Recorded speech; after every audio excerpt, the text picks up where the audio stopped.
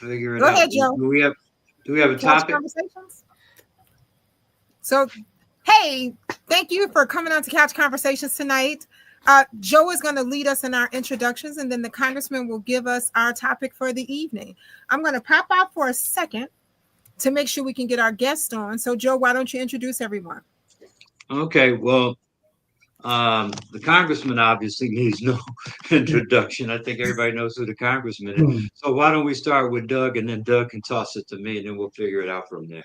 Thank you, Joseph. I'm a retired physician. I worked in the western suburbs for 30 years. And afterwards, I joined the congressman in his office.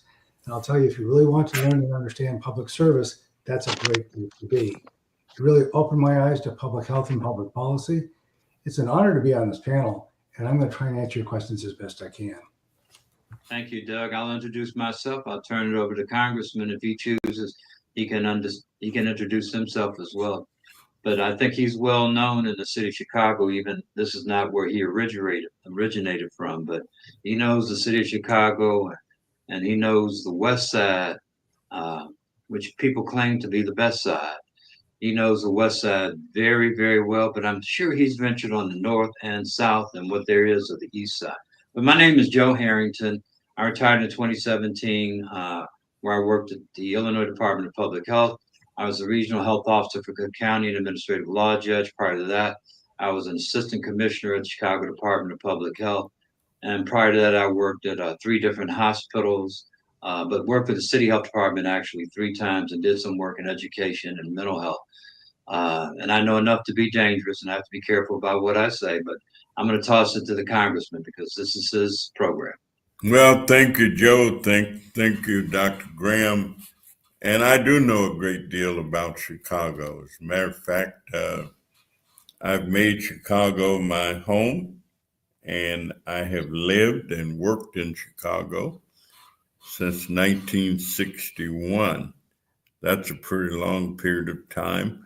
But I've worked in all areas of Chicago. As a matter of fact, I was just thinking that it was David Orr and I working with the Rogers Park Tenants Association, and that we wrote the ordinance that still governs the relationship between landlords and tenants in Chicago.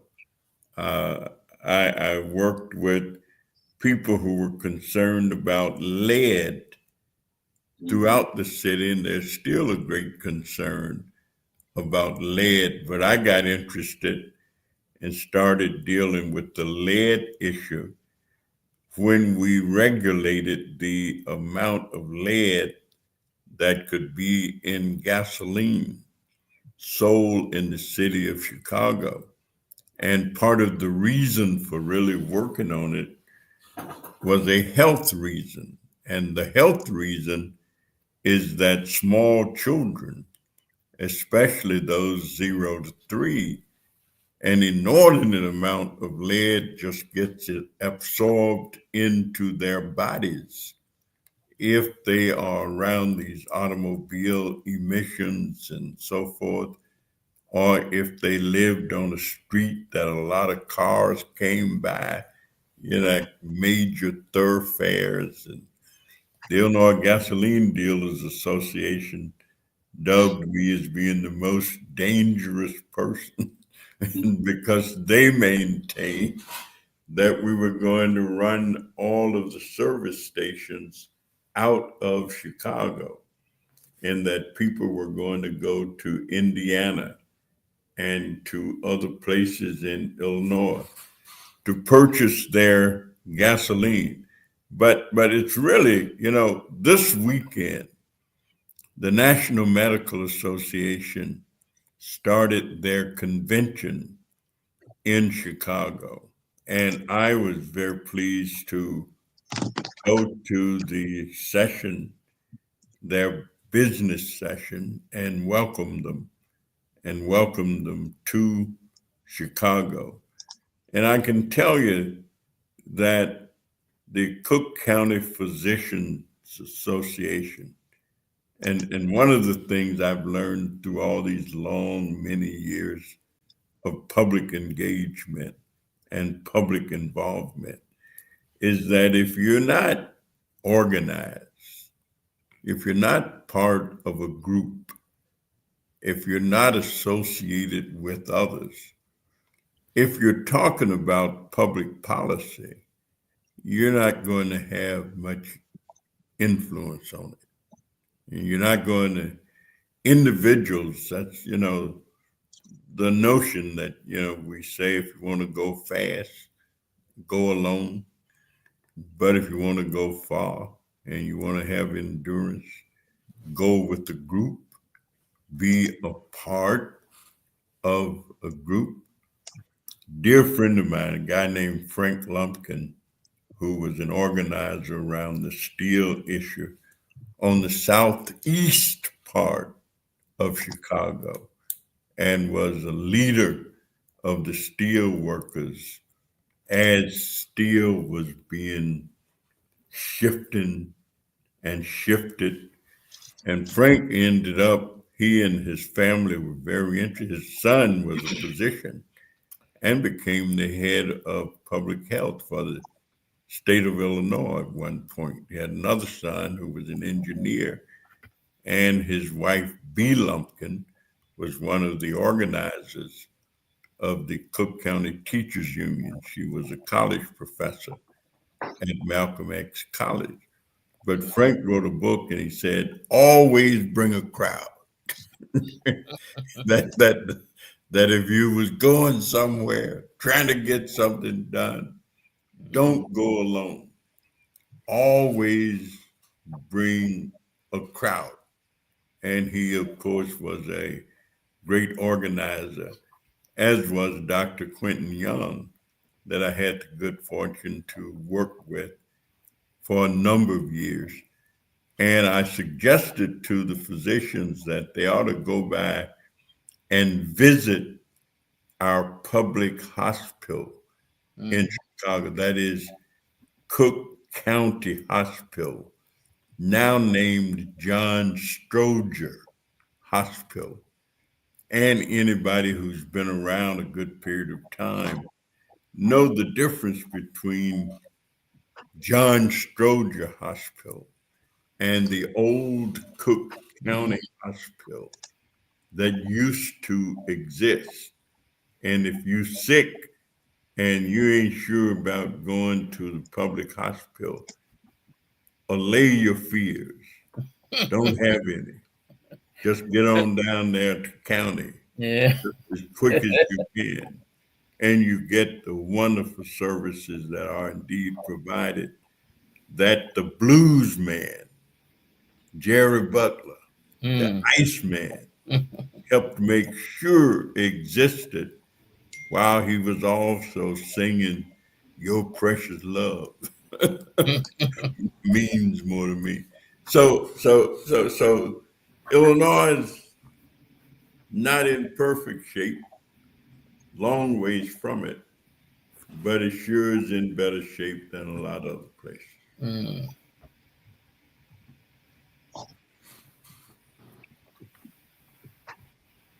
So I guess that must be. Go ahead. Then I see that we have so the doctor who says that I threatened him to be here on Monday nights, but he's always on time. That's our very own Dr. James Miller. Dr. Miller, why don't you introduce yourself? Good evening, everybody. I'm Dr. James Miller. I am a retired internist.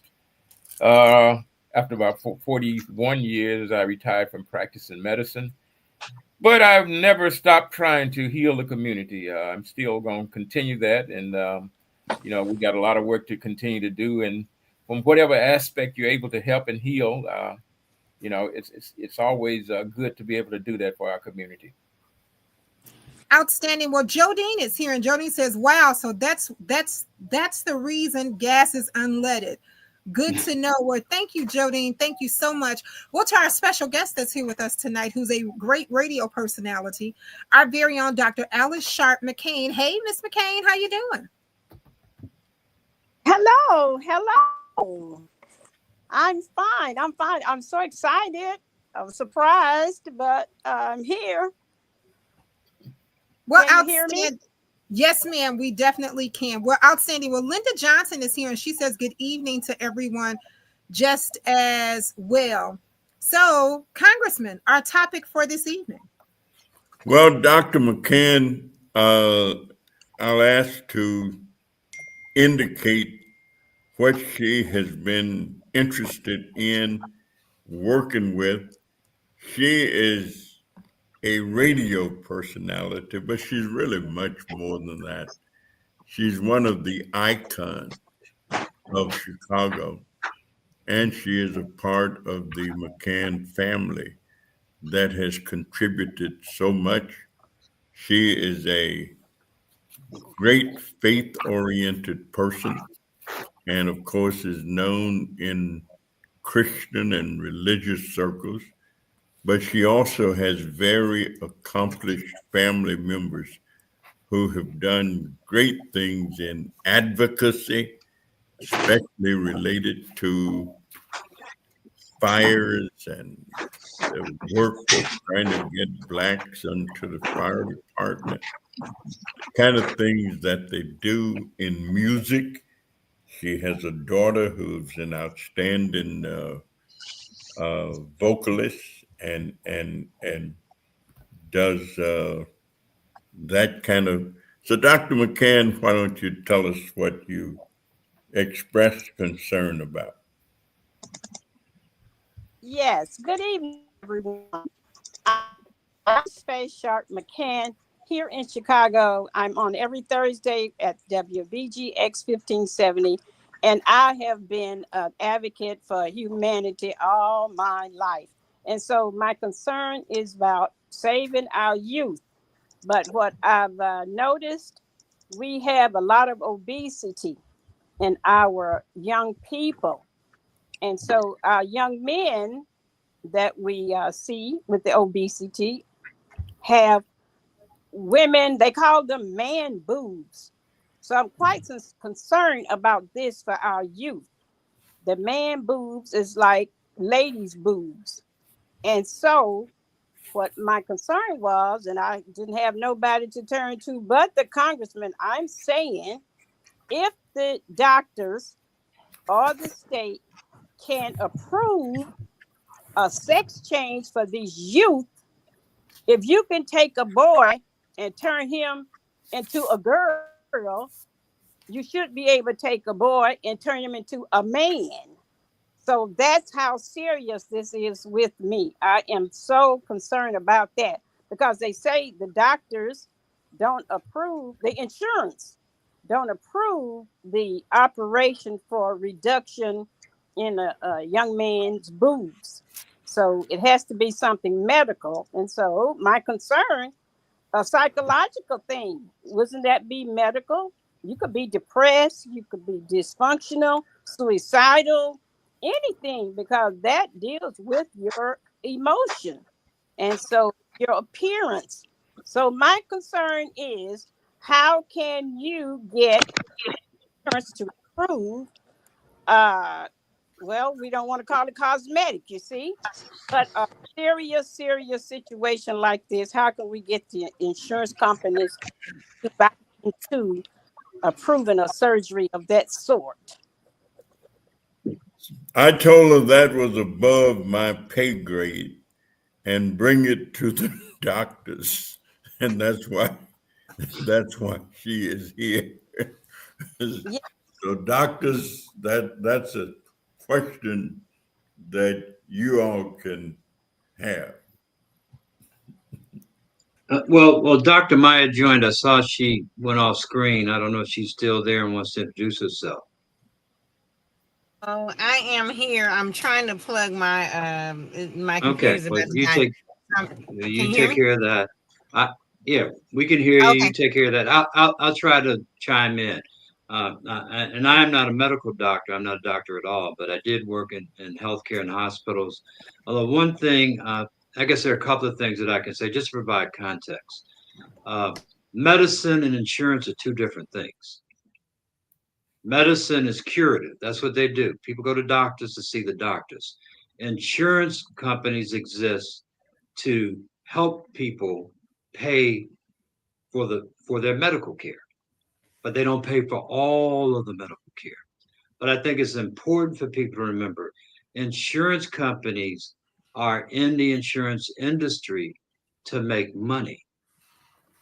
And essentially, and our good friend Dr. Mason, who's not here, is basically, he would say that we don't have a healthcare system, but we have a system that actually just manages disease. Because people get sick, they go see a doctor, and there are costs for that. But the insurance companies, on the other hand, they don't provide any care. They don't see patients, but they help people pay for medical care. And so we have a for-profit health system, and that's the biggest issue. And so insurance companies are only going to pay so much toward anything that any kind of care you get. So for people that have insurance, and even people on Medicare and Medicaid have to pay a copay. So they pay for a portion, and then we have to pay for a portion. I'm on Medicare right now. I'm age eligible for Medicare. So Medicare is my primary. I have to pay for insurance to supplement and to pay for out of, what the insurance doesn't cover. And what the insurance doesn't cover and what Medicaid doesn't cover, Medicare doesn't cover, I have to pay out of my pocket. So I'm always hopeful that insurance will cover the cost. But the bottom line is the nature of our healthcare system. So there's always going to be a cost. It's who pays for the care.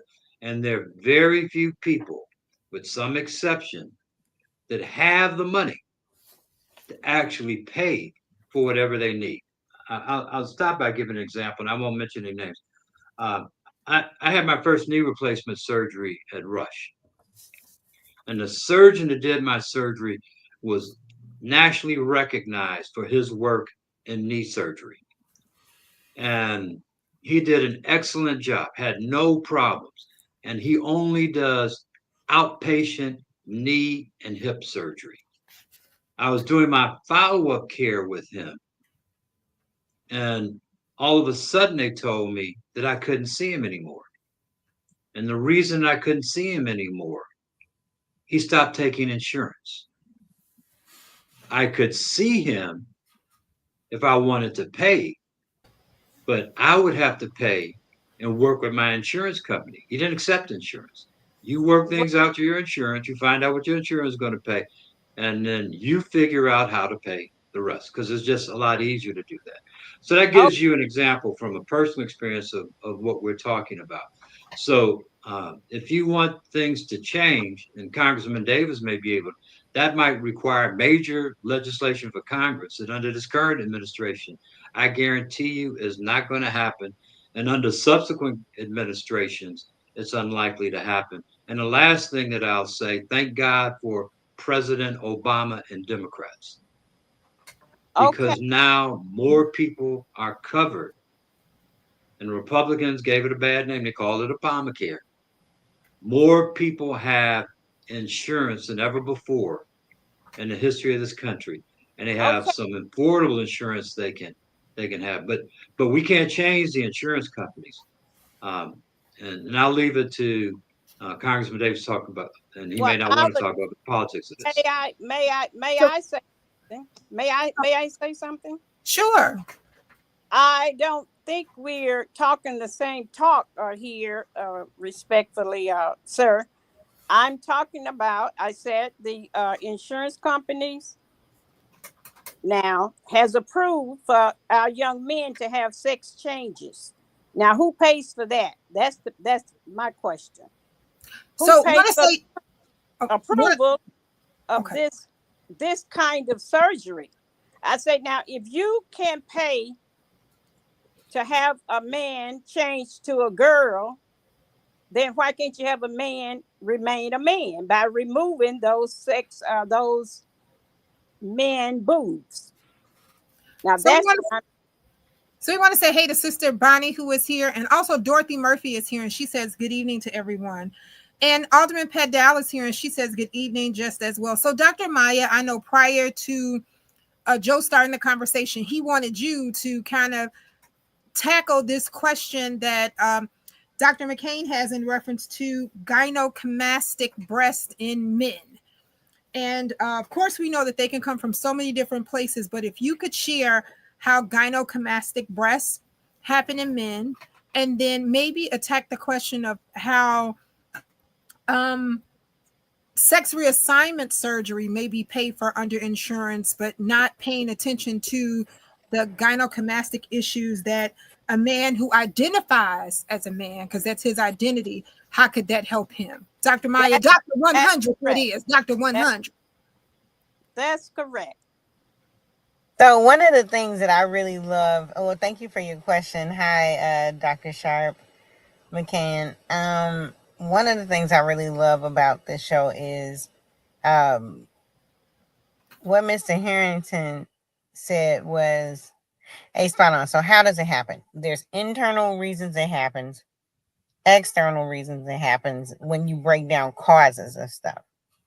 When you're talking about obesity, there is, for everybody, fat tissue. We call it adipose tissue. It lands in our bodies.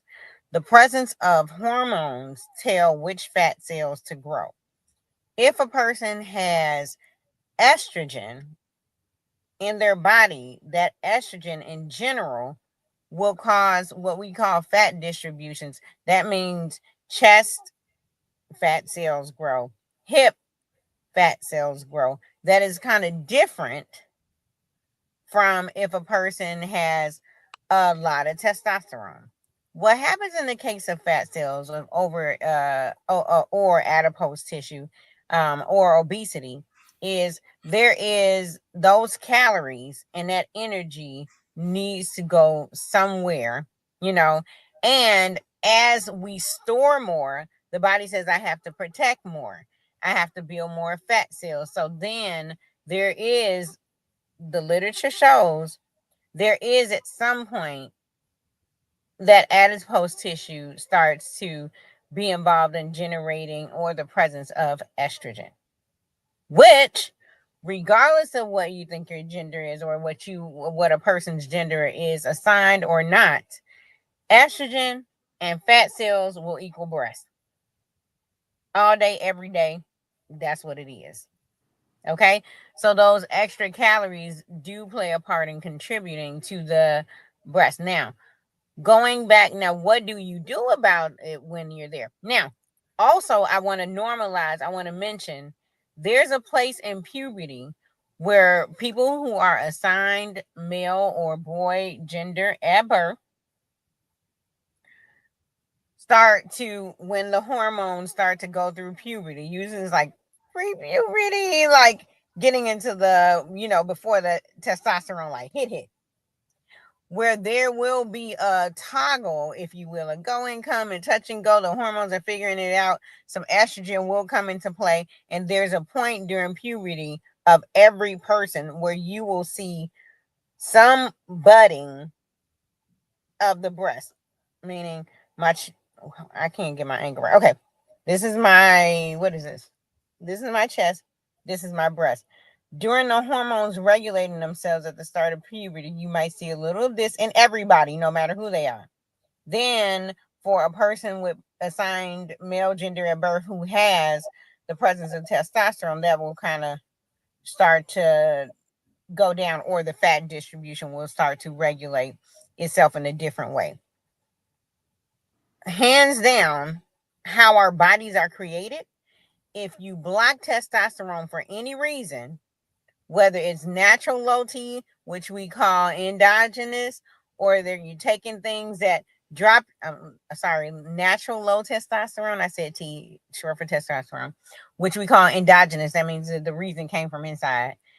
Or exogenous, other causes of low testosterone. If you block testosterone, everybody has some level of estrogen that's going to then come into play. Everybody, every human on the planet. Okay. Those are reasons why. There can also be different growths of different endocrine glands or tumors that cause breast budding or breast growth. There can be different foods have been shown to do it. But right now in this space, we're talking about how fat cells create an imbalance of estrogen for everybody. That estrogen plays, no matter who they are, that estrogen, when it comes into play, as people who I look at and were assigned male sex at birth, or female, there's going to be some increased breast tissue. That's why we have girls who also take in a lot of calories and have a diagnosis of obesity, who have larger breasts than they would have had if they did not have that diagnosis. So that's one part. Double down 100% on what Mr. Harrington said. I love our dichotomy, because we one thing about this show, between Nikki and the congressman, they didn't put somebody on here for everybody, right? I'm basically about to say the same thing Mr. Harrington said, a little different. If you have insurance and you are living with diabetes or high blood pressure, right now, some insurance is going to pay for that diabetic Ozempic, or what, or what's the Mount Jaro. Some insurance going to pay for it. Guess what? Some insurance not. And every 30 days, they sit at a table and decide what they're going to pay for. Every 30 days, like clockwork. Right? Because they're like, well, who's asking for this? What's the cost of this? What is the manufacturer charging us? Okay, well, we're not going to cover that no more. If you're living with high blood pressure, every 30 days, your insurance company is going to sit around and decide whether or not they're going to cover hydrochlorothiazide, because that's what they do. They're a business, right? If the manufacturer charged them too much for it and they're not getting no pressure, they're going to stop covering it. I see everybody, but I see people living with HIV. Every 30 days, sometimes I got to write a letter. Because you think medicines for people living with HIV is readily available? No, we got sickle cell medicine coming out. Watch what happens. Every 30 days, Congressman, somebody with the initials MG with a community put 100 is probably going to be at your office talking about why the insurance company did decide this month not to cover it. That's why you have to stay engaged. Let's put that to surgery. Yeah. Your insurance every 30 days is going to decide what surgeries they're going to cover and what surgeries they're not. Let's move it. Dr. Mason is not here, but I'm talking about Dr. Mason.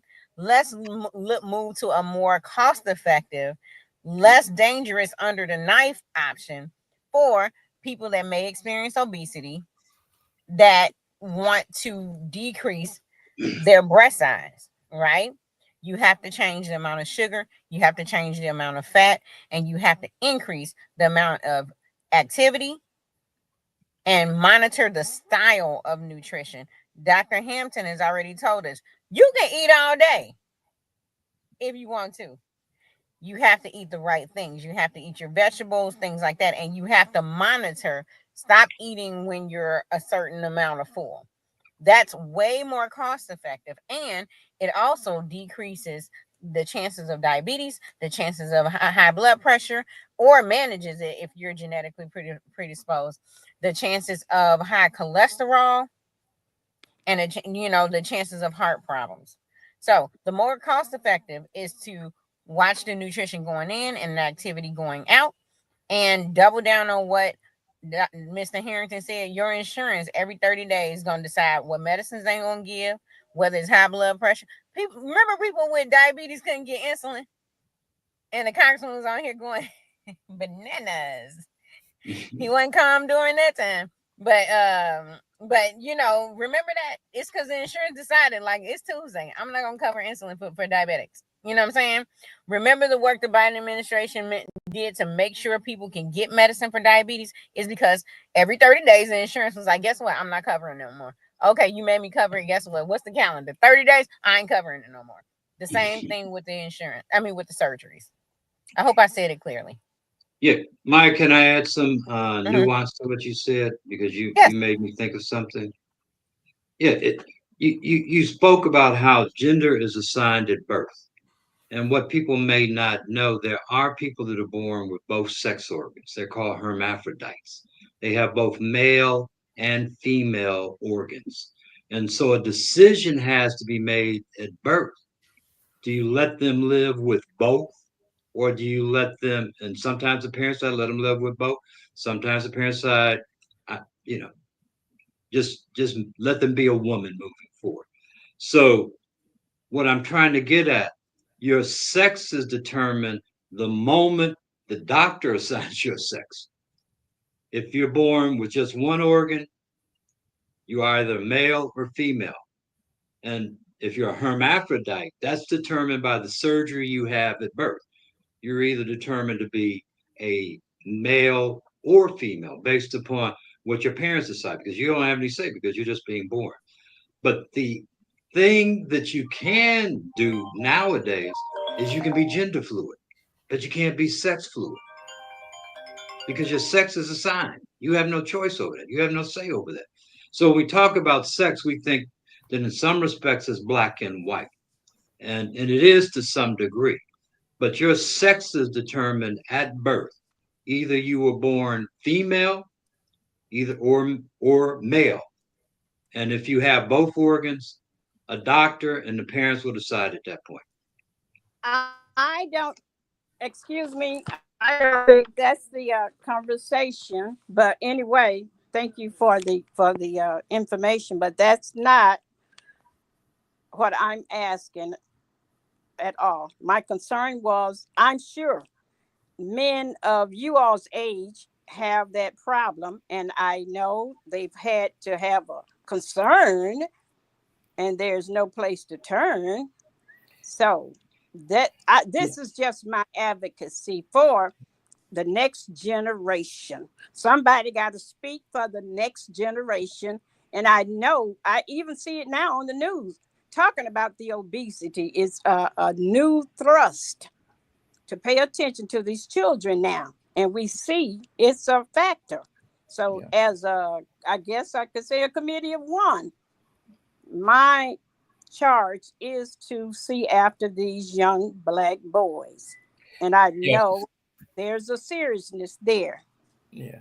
Sister McCann, Dr. McCann, let me just throw in a couple of words. And in terms of this, the problem is money or lack of. Money can change a lot of things. If you started looking back, when we started looking at people who have cosmetic surgery because they want to have certain things look a certain way, if they have money, they can get that done. The insurance company kind of helped to. Let's say this. My concern is, it might not be true because I don't have anybody in the category. But if you can pay for a sex change for these children, now tell me, what about a real man that needs help? I was told the insurance don't cover it unless you're painful or something. Let's say if my chest is so big, then maybe my back might hurt, maybe my this. But I could say it's a psychological thing. I'm not talking about anything but male boobs. And so, So I think if I'm wrong, if you haven't seen it, then you haven't seen it. But it exists. Right. I think you're in the young male. I'm just gonna hop in here and say, I think you're in the committee. You said a committee of one. I know it's at least two of us, because I agree. I don't think anybody is disagreeing that insurance companies should be able to cover it. I think what we're saying is it's a shame that they decide every 30 days what they will or won't cover. I'm a physician. I'm just of the belief that if that's how someone wants to deal with that, that's fine, as long as it keeps them alive and whole and happy with them in themselves. So if this person assigned male gender at birth wants to go through a surgery to do that, I will write it. That don't mean the insurance is going to cover it.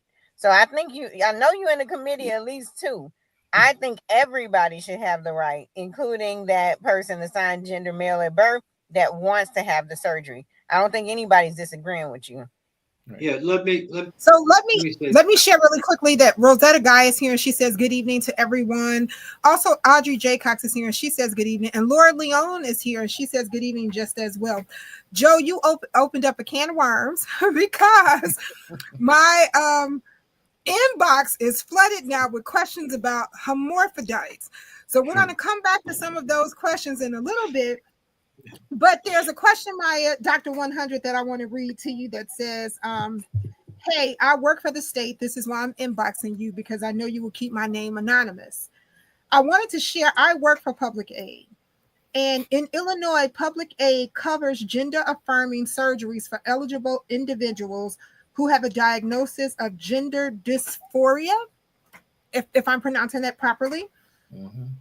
So if gender dysphoria is covered for a affirming surgery for eligible individuals, I also share a thought with the lady who's on tonight, where obese children or obese young adults can have issues just as well if they can't lose the necessary weight and they're being teased and bullied by having breasts as young men.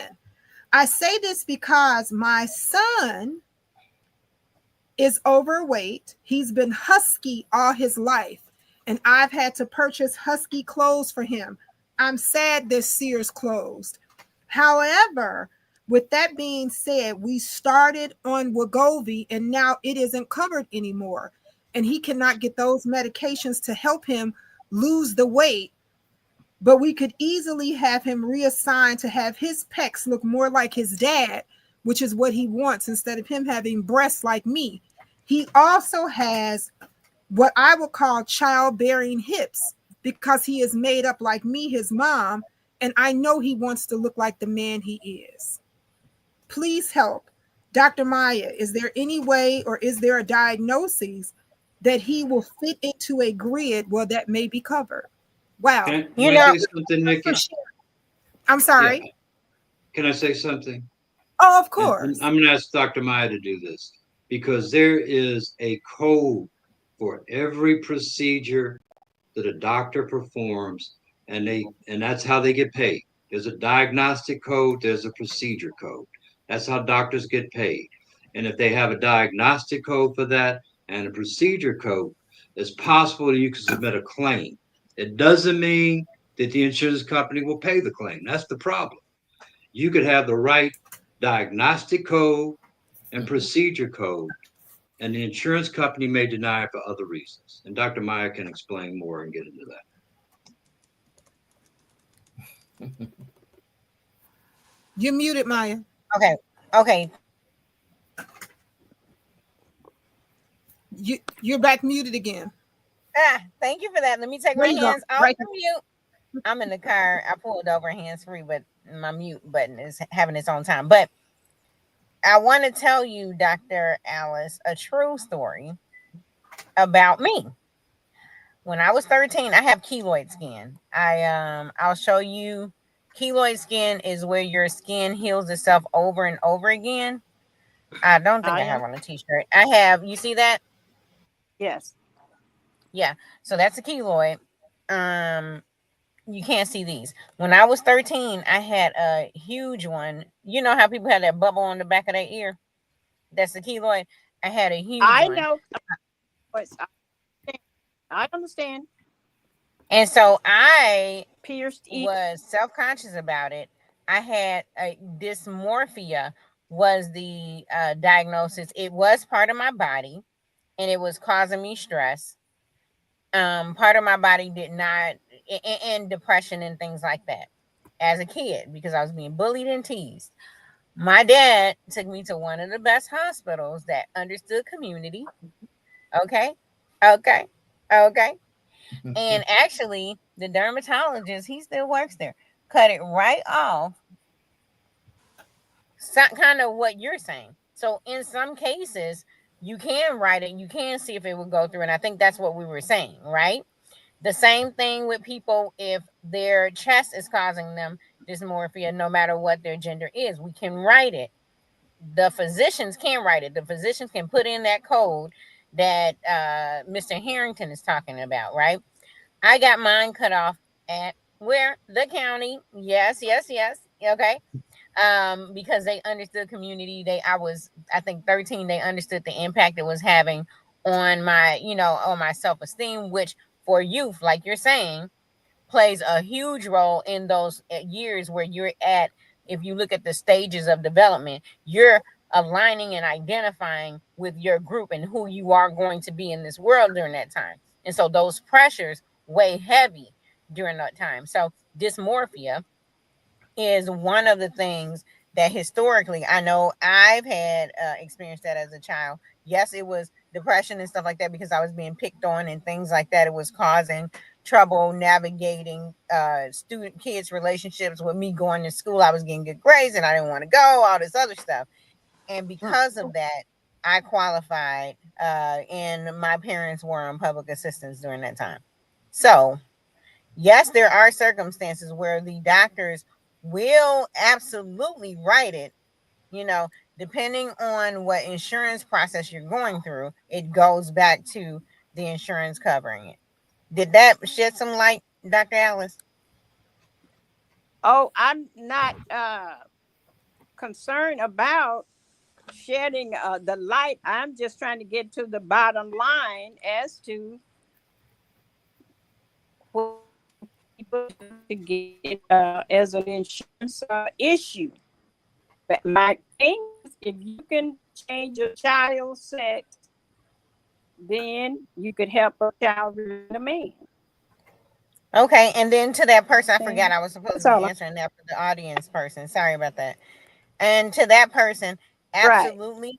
There are, ask the pediatrician, the person that put that on about her son, you can ask the pediatrician for different options for coverage for that medication or what they call a compound.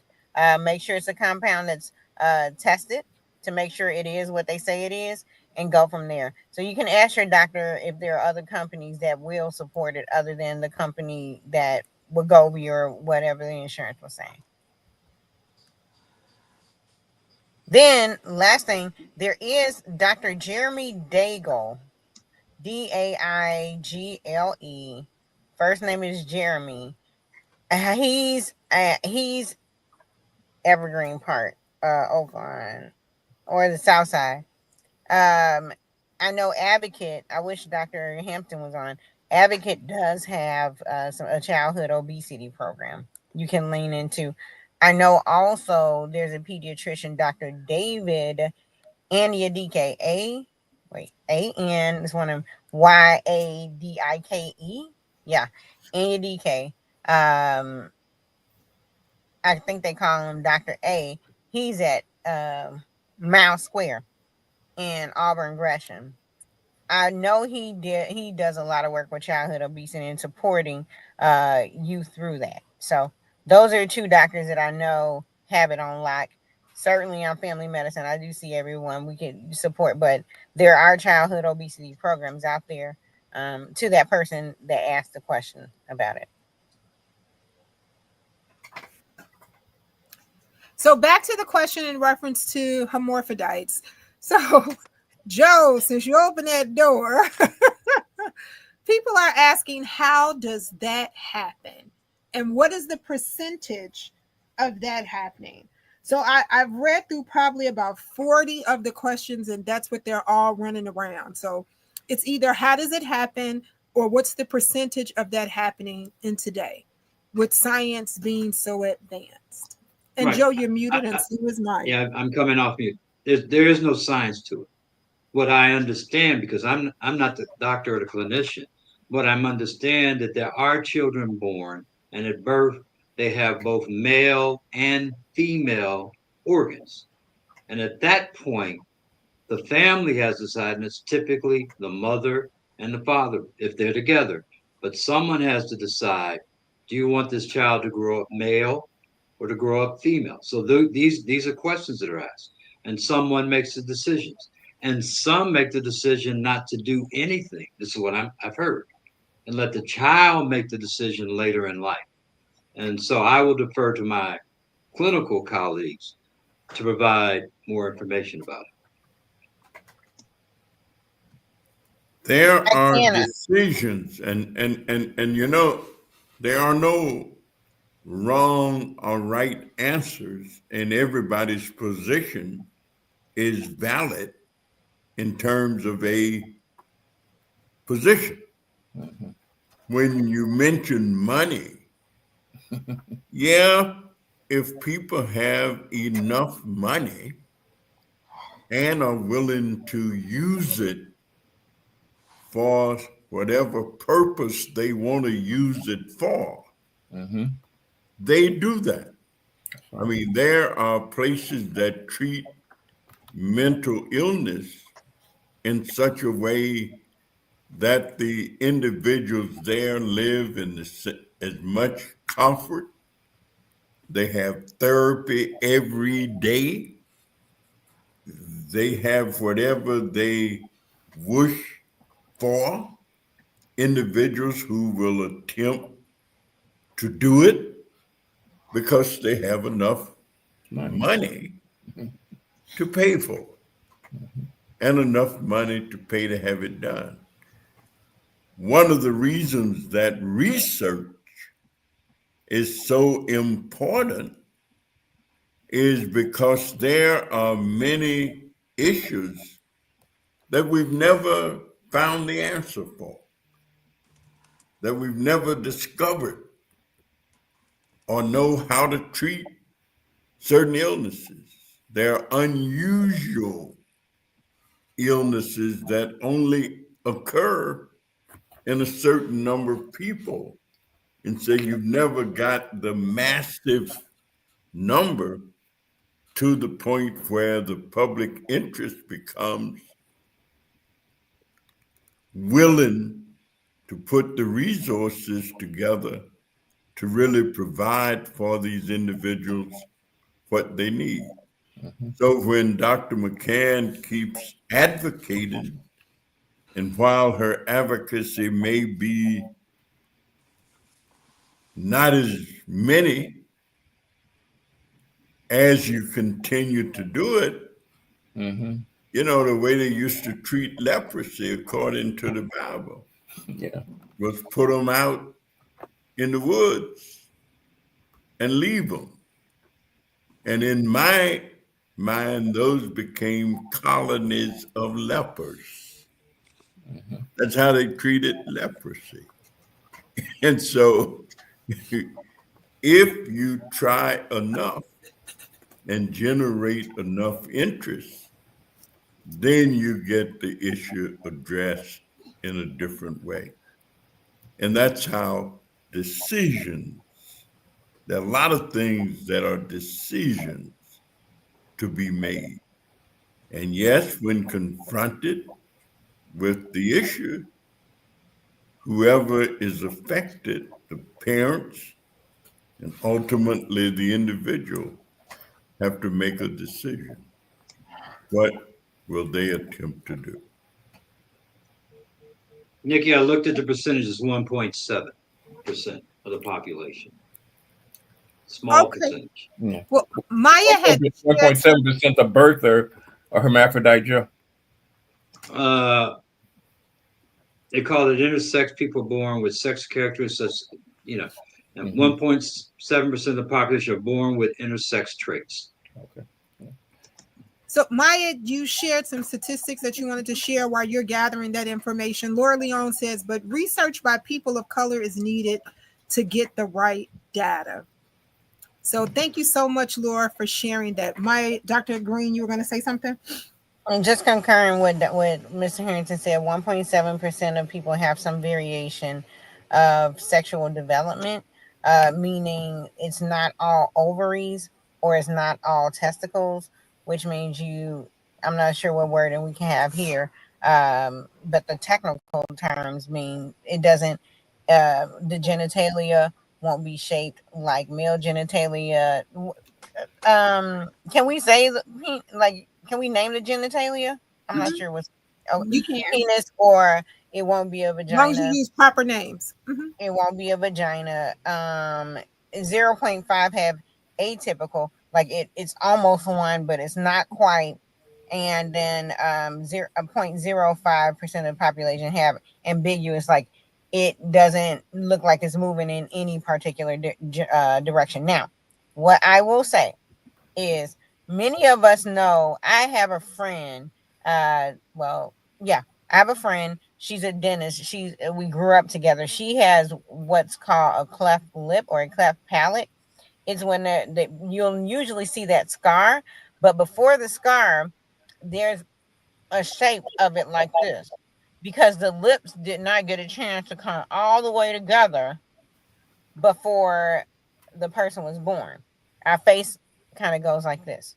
That's how it, like, we bones, and then the face just kind of grows before we come out. It's supposed to grow like this. The last person grow, cleft lip, it don't connect, or sometimes the nose, that this whole line down the middle, that's what comes together. Same thing. Everybody knows somebody where, if these are my feet, either these together like this, or they all four together, and you can see little lines, but not, and maybe the toe, one of the toes is like this out of 5 they have with, because the last part to form on our digits or the hands is their little paddles when we in the belly, and then there's a gene that causes, like, okay, cut right here, cut right here, cut right here, cut right here, and then we get these. They're called web fingers, web toes. There's a lot of things that can cause that. Cleft lip, a lot of things that can cause it. But the bottom line is the genitalia is the same, with one added thing: the presence of hormones or a hormone imbalance in that baby in the belly can cause the genitalia to swing one way, swing the other, be a little, and then also stress hormones to that baby can also cause genitalia to be ambiguous, right? And so the term now is intersex. Now, does that stop before we do all that? Does that stop somebody from doing anything they want? No. There are celebrities that are intersex, all acting and everything. They've chosen the sex they're going to be. They're out there doing their thing. They're people in politics. They're people that play sports. Like, you do whatever you want to do. Lawyers, you do whatever you want to do. Teachers, that are that were born with ambiguous genitalia or existed as intersex. So doesn't stop you from doing it. Whatever you want to do, live your best life. Those are the stats on that. And just like what Dr. McCann brought up about the chest tissue with fat cells or adipose and estrogen, if that's a mode, a place that a person wants to go see a person because of dysmorphia that may cause them depression or anxiety, or not being able to function in society, that is also something that you can let your doctor connect with, and there may be avenues for surgical correction of that. Yeah. So I was kind of laughing a little bit because our next question on the inbox, and I know you guys are going to kind of snicker at this. The person who wrote that question even laughed at the end. They wrote "laugh out loud." They said intersex or hermaphrodites. Could that be the man's problem since they picked the sex of the child? And then they said laugh out loud, because they're saying that, everything is blamed on the men. I see Dr. Miller over there laughing. So I have read your question because you asked me to read it. But like like Joe said earlier, Joe Harrington shared, it's not the male or the female. It's just something that has happened in the formation of the child. Laura says, "Hi, Princess, love you. Oh, you're so sweet." Joe, go right ahead. Yeah, I just want to provide some context. And this is put on my public health hat, and I think it's important to point out because I did look up the number. There are 340, our population is the United States, 340 million. 1.7 is an insignificant number. And I'm not making light of it, but that's what happens. 1.7 out of 340 million gets to be a small number. And so what we're talking about is a minority of the population. But you also have to understand we're already a minority. So we may have a disproportionate burden, but it's of a small number. That's the problems that we have. We exist as a minority in this country, and we're overrepresented in all these numbers. So no matter what the numbers are, I'd be willing to guess if you looked at it on the basis of race, that we might have a higher proportion for whatever reason, and we can speculate about that. But what we're looking at is 340 million people in this country, and when you have a country of 340 million, some groups are going to have problems that others don't. The one thing is pretty consistent, and that's been said over and over again. If you got money, you don't have to worry about any of these problems. And if you're in the middle, you have to worry, but not as much. But if you're on the bottom, you got a lot to worry about. Yeah. So I think that just, I want to get back to Dr. McCann's. I mean, because I can see that she still is concerned about how do you increase advocating for those boys that she is concerned about. Oh, no. Don't say Dr. McCann is still concerned. I'm saying the conversation shouldn't have gone that way in the first place. That hermaphrodite or whatever it is, that's not that should not be on the congressman's show. We were talking about something else, and so, however, this is what it comes down to: who is concerned, genuinely concerned, because I'm sure I'm not the only one that have seen this situation. And so by that, I've just brought the conversation up for the sake of our next generation. But we're glad that you did. We're glad that you're concerned and that you're advocating for these individuals, because that's what it takes to bring about change, is having somebody who is concerned enough to speak out and to ask questions, and that's how we get changes to occur. That's the only way we get change. Dr. Maya was talking about not any old isms.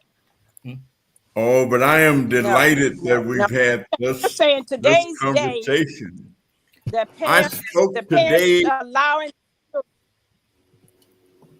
I spoke at a rally for people with disabilities today, and I went to shake one fella's hand, and then I looked, he didn't have no hand. This afternoon. No, I think it's a great discussion. Yeah. It's reality. Yes.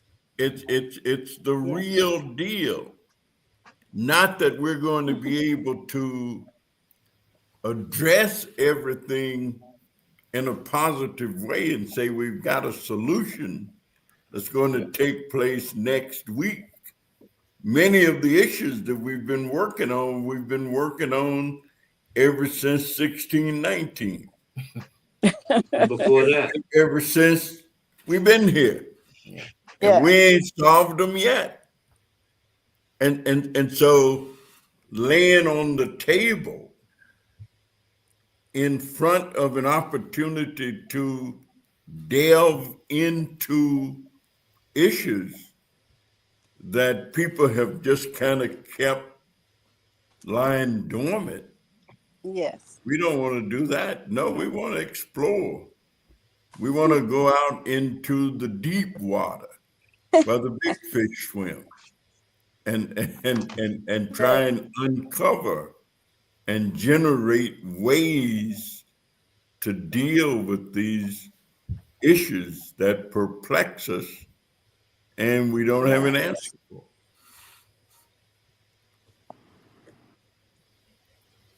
So I think it's been a great discussion. Absolutely. Yes, because children are suffering this bullying and all of that stuff. These kids are committing suicide. These kids are, this media, this social media, the doctors really got a lot to be concerned about, because they say they see it in the hospital never before.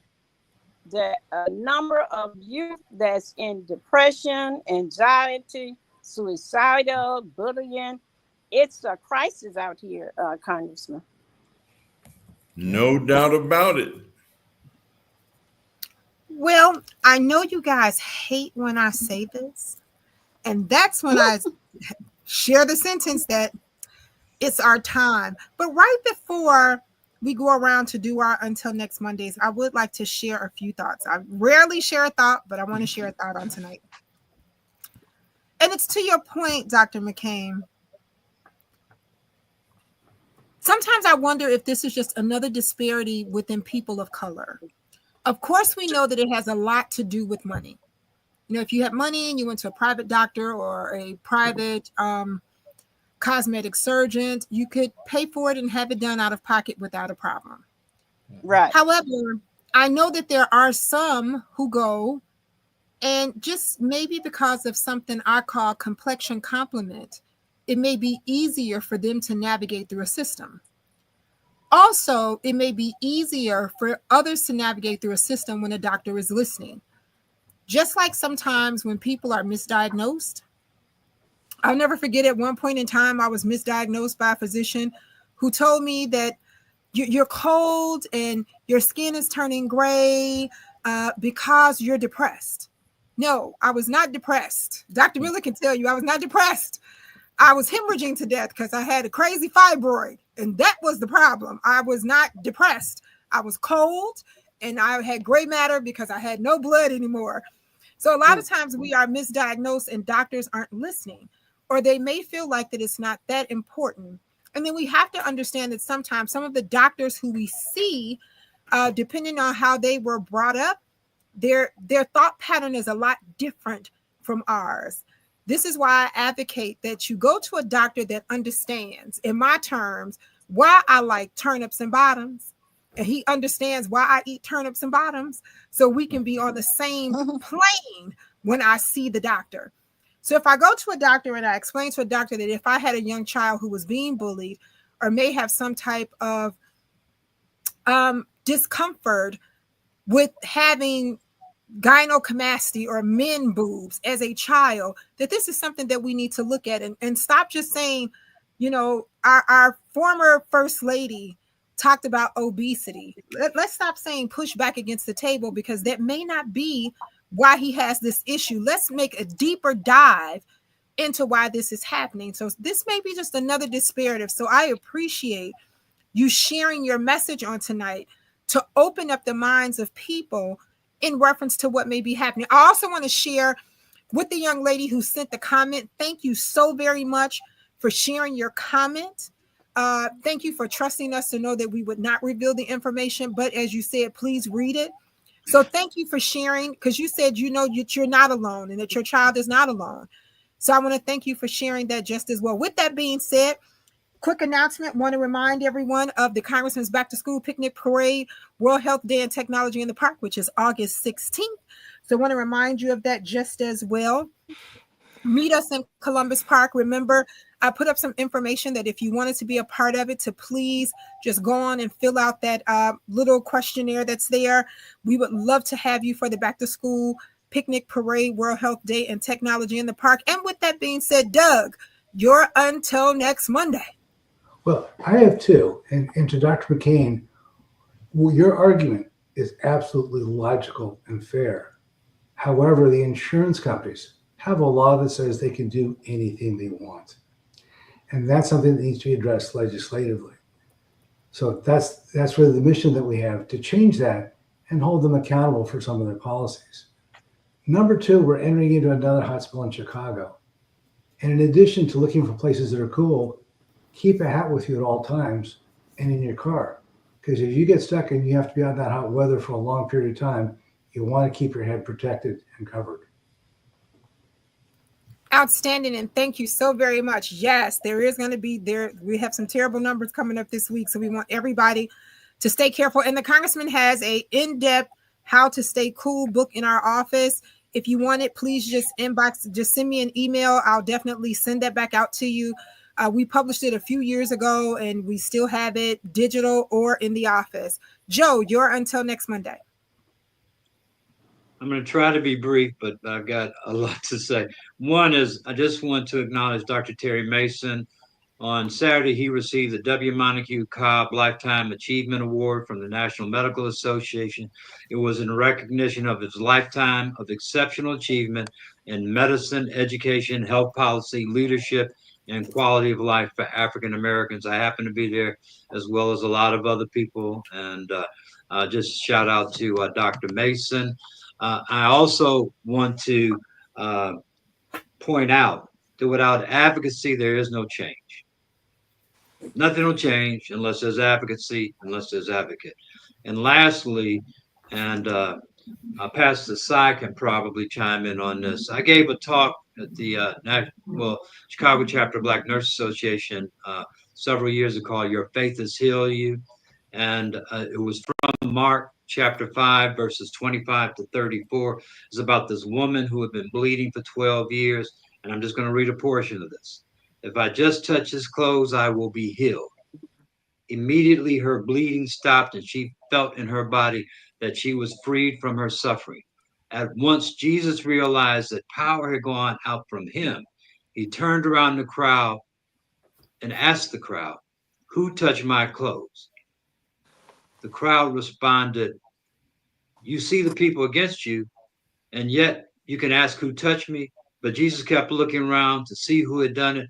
Then the woman, knowing what happened to her, came and fell at his feet, and trembling in fear, told him the truth. And then he said to her, "Daughter, your faith has healed you. Go in peace, be free from your suffering." So remember that. Go in peace, be free from suffering, but you got to do your part too.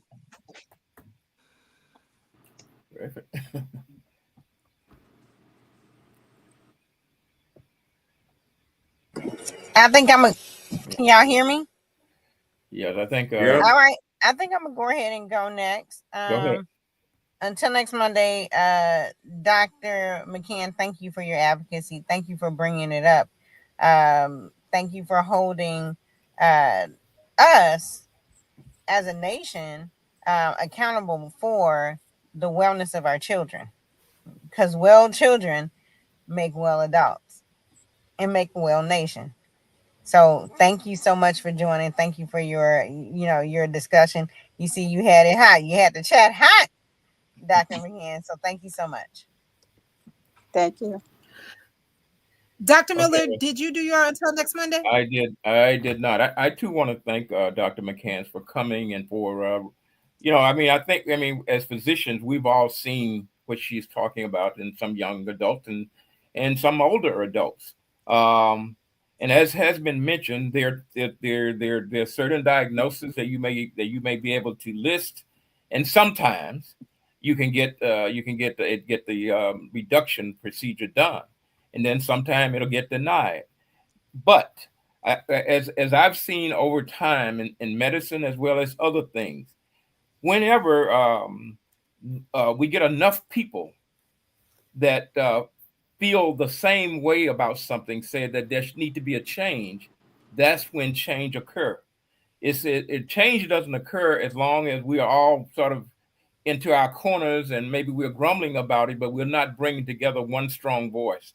And so one strong voice of many starts with one, and it spreads. And so your the question that you brought tonight, I think it'll make me think a lot.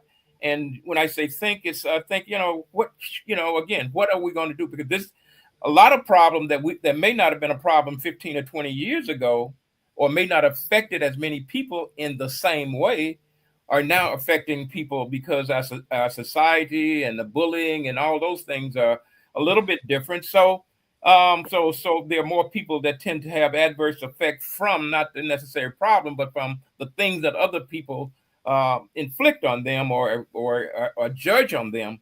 So whenever you see these things, I think it is important to yell and to say, talk out loud and say, hey, this is something need to be done about. And so I thank you for coming tonight and bringing and raising that question on this forum. Thank you so much. Pastor Sy, your until next Monday. Yes, first of all, let me thank Congressman just for this platform to be able to talk about matters of health and sometimes even difficult subject matters. And as everyone was speaking, until next time, I want us to remember a couple of things. One, that we're all made in God's image. And as everyone was talking, I kept thinking about how does one respond? So in light of what Dr. Miller just mentioned about how some would choose to inflict pain on others, and it sounds like Dr. McCann, who I've not met, speaking somewhat in that vein of our young people and others who are suffering because of certain conditions. Let me remind everyone that we don't have a biblical mandate to dehumanize anybody, irregardless of what condition or state they're in. And so I think our response from my seat until next time, I'm concerned about how we respond to those who are different, for those who are going through different things medically or whatever it may be. So I want to say, number one, show compassion and love. Don't avoid judgment and condemning them, and show compassion. I think those are the biblical things that we should do, particularly when we engage people who have different sufferings than our own, or those who have different conditions. I think how we respond makes all the difference in the world. And in spite of what even choice they have made, which God gives us all a free choice, we still don't have that right to dehumanize anybody because we're all made in God's image. Outstanding. Well, Dr. McCain, usually this is the portion of the show when you want to say to the viewers what you want them to think about until next Monday. So, what is your until next Monday? My until next Monday is thank you for having me. Thank you, Congressman. That's a fantastic leader we have here, Congressman Danny Davis. We don't know what we're going to do when he decides to throw in the towel. But anyway, my concern is our youth. And we know now the children are in fear. They cannot go outside and play. This media has taken over their lives. They sitting on those computers playing the games, and they're sitting there eating and snacking and blowing up. So we have to get the parents' attention, because the children, in fact, the cities are so dangerous, they can't go outside and play. They can't even play in the front yard. So we need to get in touch with the parent, the mother, more or less, who's there, to just say, get the children moving. That's what I say to my daughters. Get the kids in the health club. Get the kids moving, because this is what we got to take care of. The grandparents got to pay attention. It's a village. It takes a village. So here I am. I don't mind speaking my truth to my family. And so that's what I'm here about, advocating for our next generation. Outstanding, and thank you so much. Well, Congressman, as always, take us home. Well, let me just thank everybody, and I note that Dr. Mason is not here, but I'll add another congratulatory comment or remark. Most of the people who called in to his show on Sunday also were acknowledging the fact that he had received the Lifetime Achievement. Oh, excuse me, Nikki. I hate to interrupt the Congressman, but can I please give my own self a pat on the back? I just received the biggest award there is, the Ida B. Wells Excellence in Media, and that's speaking for the voiceless. Well, right on. Thank you. Go right ahead and finish. I'm done. All right. Yeah, my radio program is called The Blueprint for Life, Breaking Change Ministry. And there I advocate religion, family, education, economics, and politics. And the Congressman is a frequent visitor on my radio program. So I just want to say thank you to all of you, because we are the persons that have to speak for the voiceless. Thank you. All right. And it comes on when? Every Thursday, 8 to 9, WBGX 1570 AM, Chicago.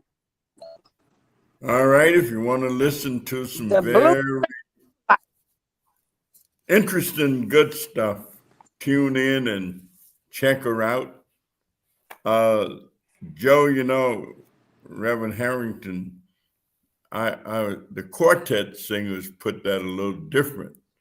They say there was a woman in the Bible days who had been sick for so Yeah. very long. Yeah. Mm-hmm. Well, we Yes. listened to the quartet version of it too. They do well. But let me thank all of us for a wonderful discussion.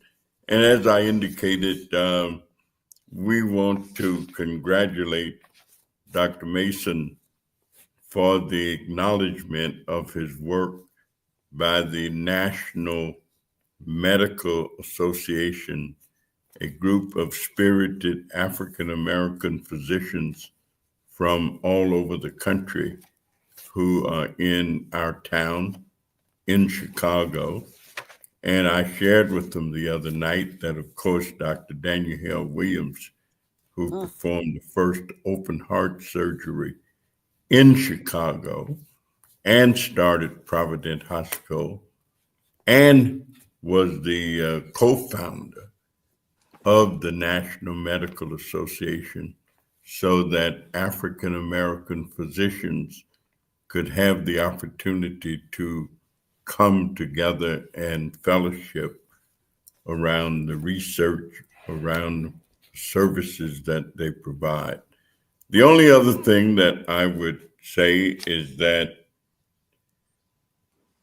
life continues to go on, no matter how we read it, how we treat it, what we do with it. And we look forward to a brighter day, a tomorrow where we might have answers that we don't have today, where there might be a cure for sickle cell, where there might be a cure for those illnesses and diseases that we have not yet found. So thank you all. It's been a wonderful day.